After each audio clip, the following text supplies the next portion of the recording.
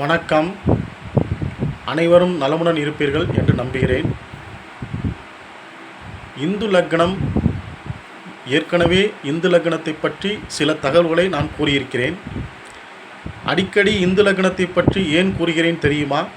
இந்து லக்னம் என்பது உத்தரகால அமிர்தத்தில் காளிதாசர் என்பவரால் எழுதப்பட்ட நூலிலிருந்து எடுக்கப்பட்ட ஒரு மிக முக்கியமான விஷயம் இந்த இந்து லக்னம்.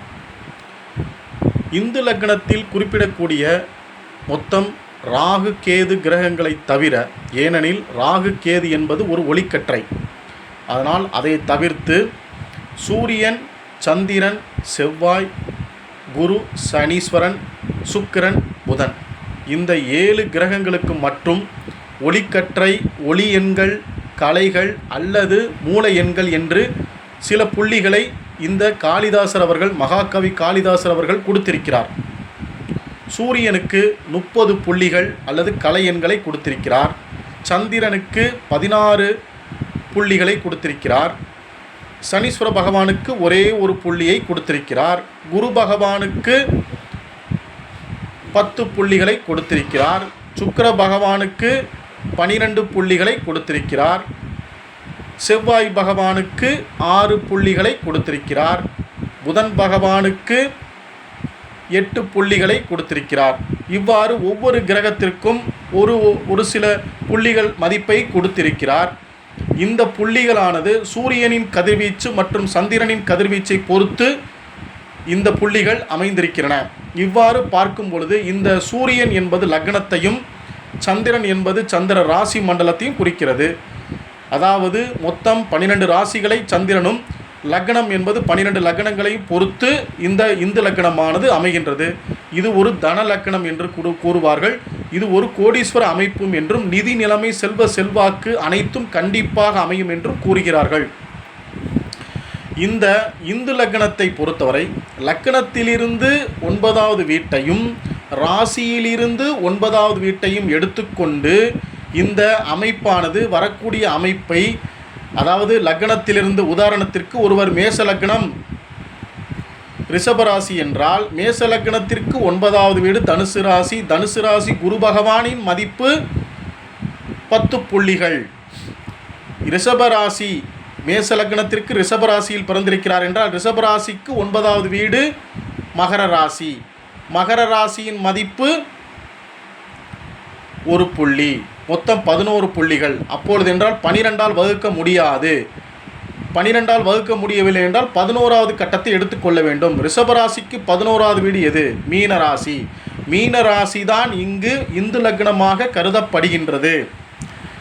அந்த இந்து லக்னமானது மீனராசி என்று கருதப்படும் பொழுது அதில் இருக்கக்கூடிய பூரட்டாதி நட்சத்திரம் 4ஆம் பாதம், உத்திரட்டாதி நட்சத்திரத்தின் 4 பாதங்கள், ரேவதி நட்சத்திரத்தின் 4 பாதங்கள் இந்து லக்னத்தின் அதிர்ஷ்ட லக்னமாகவும், அதில் இருக்கக்கூடிய நட்சத்திர சாரங்களின் அதிபதிகளையும் கண்டிப்பாக மாபெரும் முன்னேற்றத்தை பெறச் செய்யும் இந்த இந்து லக்னம்.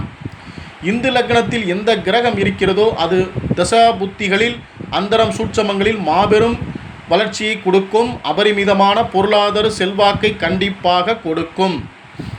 இந்து லக்னத்திற்கு பார்வையிடக்கூடிய கிரகங்கள் குருவாக இருந்தாலும், சுக்கிரனாக இருந்தாலும், சூரியன், செவ்வாய், சந்திரன், ராகு கிடையாது, புதன், இந்த கிரகங்கள் பார்வையிட்டாலும் அதன் பார்வை தசா புத்திகளில் திறம்பட கோடீஸ்வர யோகத்தை கண்டிப்பாக கொடுத்தே தீரும். இந்து லக்னத்தை பொறுத்தவரை இது ஒரு தன லக்னம். பணக்கார அமைப்பை கொடுக்கக்கூடிய, செல்வ செழிப்பு, அபரிமிதமான பொருளாதார வளர்ச்சியை கொடுக்கக்கூடிய, மாபெரும் தொழில் முன்னேற்றத்தை கொடுக்கக்கூடிய ஒரு லக்னம் இந்த இந்து லக்னம். இதை மகாலட்சுமியின் வீடு என்றும் கூறுவார்கள்.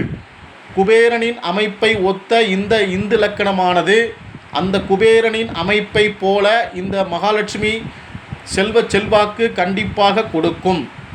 இந்த இந்து லக்னத்தை பொறுத்தவரை சில நடிகர்கள், சில பிரபலமானவர்கள் கண்டிப்பாக மாபெரும் முன்னேற்றத்தை அடைந்திருக்கிறார்கள். உதாரணத்திற்கு ஹிந்தி நடிகர் அமிதாப் பச்சன் அவர்கள் செல்வாக்கு சரிந்த பின்னும் திரும்பவும் மாபெரும் முன்னேற்றத்தை அடைந்தார் என்பது அனைவருக்கும் தெரியும். காரணம், இந்த இந்து லக்னத்தின் தசா புத்தியானது அவருக்கு ஏற்பட்ட சரிவை நீக்கி மாபெரும் முன்னேற்றத்தை வழங்கி கொண்டிருக்கிறது இந்த இந்து லக்னம்.